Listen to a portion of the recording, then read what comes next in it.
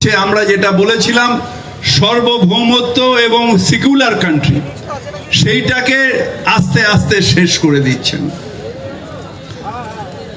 আমরা যারা মুসলমান সম্প্রদায়ের মানুষ, আমাদের কাছে সব ধর্মের মানুষ, তাদের ধর্ম আচরণ আমাদের কাছে গুরুত্বপূর্ণ। ঠিক সেইভাবে আমাদের নিজেদের ধর্ম আচরণ, আমাদের নিজেদের নামাজ রোজা, আমাদের নিজেদের মসজিদ রক্ষা করা, আমাদের নিজেদের দরগা রক্ষা করা, মাদ্রাসা রক্ষা করা, এটাও আমাদের কাছে কর্তব্য।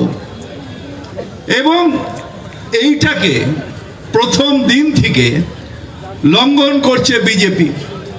যখন বাবরি মসজিদ ভাঙা হলো, আমাদের হৃদয়ের মধ্যে যে বিশ্বাস, সেই বিশ্বাসটাকে ভাঙা হলো। তার পরবর্তীকালে যখন হাইকোর্ট, সুপ্রিম কোর্ট রায় দিল, আমাদের মুসলিম সমাজ মেনে নিল যে ঠিক আছে, সুপ্রিম কোর্ট রায় দিয়েছে। কিন্তু আমরা যারা মুসলিম সম্প্রদায়ের মানুষ এবং যারা হিন্দু সম্প্রদায়ের মানুষ, যারা সেকুলার, তারা আশঙ্কিত হয়ে গেলাম যখন দেখলাম সেই সুপ্রিম কোর্টের চিফ জাস্টিস রাজ্যসভার মেম্বার হলেন, আরেকজন তার প্যানেল জাস্টিস তিনি একটা গভর্নর হয়ে গেলেন। এইভাবে তাদের যখন আবার রিঅ্যাপয়েন্টমেন্ট হলো রিটায়ারমেন্টের পরে, নিশ্চিতভাবে আমরা আশঙ্কিত হয়ে গেলাম যে সত্যিকারের কি জাস্টিস হয়েছিল? সত্যিকারের কি বাবরি মসজিদ ভাঙার পরে আমাদের যে আশঙ্কা ছিল সেটা হয়েছে? তবুও সর্বোচ্চ আদালত বলেছে আমরা ভারতীয়, এবং সর্বোচ্চ আদালত আমাদের কাছে অত্যন্ত পবিত্র, আমরা সেটা মেনে নিলাম।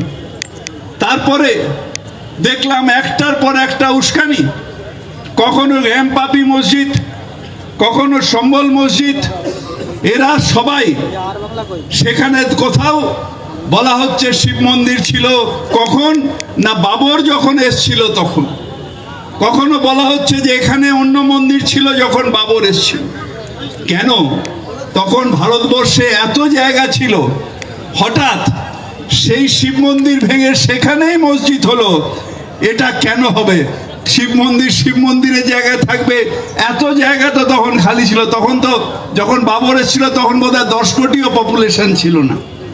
তাহলে এত জায়গা ছিল, সেখানে না করে মন্দিরের মধ্যেই করতে হলো। এইটা বিশ্বাসযোগ্য নয়। এটা শুধু হচ্ছে কমিউনাল ফ্লেয়ার আপ করার জন্য ভারতবর্ষে যে হিন্দু মুসলমানের ঐক্য, সেই ঐক্যটাকে নষ্ট করার একটা পরিকল্পনা এখানে করছে এই বিজেপি এবং বিজেপি সরকার। তারা এই পরিকল্পনা করছে। কেন? কেন বিভিন্ন জায়গায় একটা মানুষ কি খাবে, একটা মানুষ কি পড়বে, উত্তরপ্রদেশে বা মধ্যপ্রদেশে বা বিভিন্ন জায়গায় কেন তাকে জবাবদিহি করতে হবে যে কি খাবে? শুধু খাবে নয়, যদি বাড়িতে চিকেন থাকে তাও সংখ্যালঘু হওয়ার দোষে তাকে পিটিয়ে মেরে ফেলা হবে। কেন মানবাধিকার লঙ্ঘন হবে এই সরকারের সময়? কেন মানবাধিকার লঙ্ঘন হবে? আমরা ভারতীয় নই? আমরা ভারতবর্ষের মাটিতে জন্মগ্রহণ করিনি? আমরা এই মাটিতে জন্মগ্রহণ করেছি, যেটা বারবার করে বলি, আজকে আবার বলছি। হ্যাঁ, একজন হিন্দু ভাই, সেও এই মাটিতে জন্মেছে, আমরা মুসলমান এই মাটিতে জন্মেছি। এই মাটিতে জন্মাবার পরে এই দেশের আনাজ খেয়ে দুজনে বড় হয়েছি। সেদিন যেদিন সেই হিন্দু ভাই মারা যাবে, তার চিতাভস্ম এই গঙ্গায় বিলীন হয়ে যাবে। আর যেদিন আমি মারা যাব, সেই দিন এই ভারতবর্ষের 6 ফিট মাটিতে আমার কবর হবে, আমার দেহ এই ভারতবর্ষের মাটিতে বিলীন হয়ে যাবে। আমি ভারতীয় নই। তাহলে কেন এই অবিচার প্রত্যেকটা মোমেন্টে? why I have to explain? কেন আমি বারবার করে জবাব দিতে হবে? কেন প্রমাণ করতে হবে যে আমি ভারতীয়? কেন প্রমাণ করতে হবে যে ভারত মাতার জয় বলে সেও ভারতের সন্তান, যে ভারত মাতার জয় বলে না সেও ভারত মাতার সন্তান? আমাকে কেন প্রমাণ করতে হবে? I feel insulted. আমাদের সম্মানহানি হয় যখন প্রত্যেকটা মুহূর্তে পরীক্ষা দিতে হয়, তখন নিশ্চিতভাবে সম্মানহানি হয়।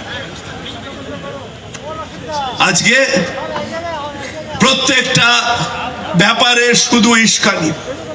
হ্যাঁ, বাংলাদেশে যেটা হচ্ছে অন্যায় হচ্ছে।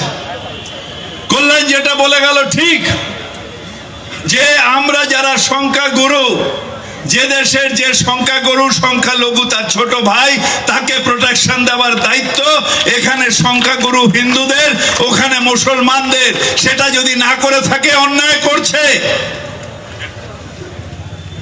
কিন্তু তার মানে এই নয় যে আজকে বিজেপি বর্ডারে গিয়ে উস্কানি দেবে, আজকে ওইখানে থেকে বাংলাদেশে যেটা হচ্ছে সেটা নিয়ে কমিউনাল ফিলিংস তৈরি করবেন না। বাংলাদেশে যেটা হচ্ছে অন্যায় হচ্ছে, আমরা সবাই উদ্বেগ। আর ওখানে শুধু সংখ্যালঘু খুন হয়নি, ওখানে একজন ফিল্ম পার্সোনালিটি খুন হয়েছে, ডাইরেক্টর খুন হয়েছে, ওই রাত্রিরে অনেক সংখ্যা মুসলিমরাও খুন হয়েছে। এই সরকারে এখন যে সরকার, সে তার নিষ্ক্রিয়তার জন্য অনেক খুন হয়েছে, কিন্তু তার প্রতিবাদ নিশ্চিতভাবে করা উচিত। কিন্তু তার মানে আমাদের কমিউনাল হয়ে যেতে হবে, আমাদের সুশ্রুড়ি দিতে হবে, আমাদের ডিভাইড এন্ড রুল করতে হবে না। আমাদের কনস্টিটিউশন তা বলে না। আমার কনস্টিটিউশনের শপথ নিয়ে নরেন্দ্র মোদী প্রধানমন্ত্রী, অমিত শাহ স্বরাষ্ট্রমন্ত্রী, এই কনস্টিটিউশনের শপথ নিয়ে আপনারা গেছিলেন, আপনারা পেছন দিক দিয়ে সুপ্রিম কোর্টে গেছিলেন, আপনাদের প্রপোজাল রিজেক্ট হয়েছে। No, this is a secular country, এটা ধর্মনিরপেক্ষ দেশ, এবং সেই ধর্মনিরপেক্ষতা রক্ষা করা এটা আমাদের কাছে সম্মান, আমাদের কাছে দায়িত্ব। সেন্ট্রাল গভর্নমেন্টের সেই দায়িত্ব নেওয়া উচিত।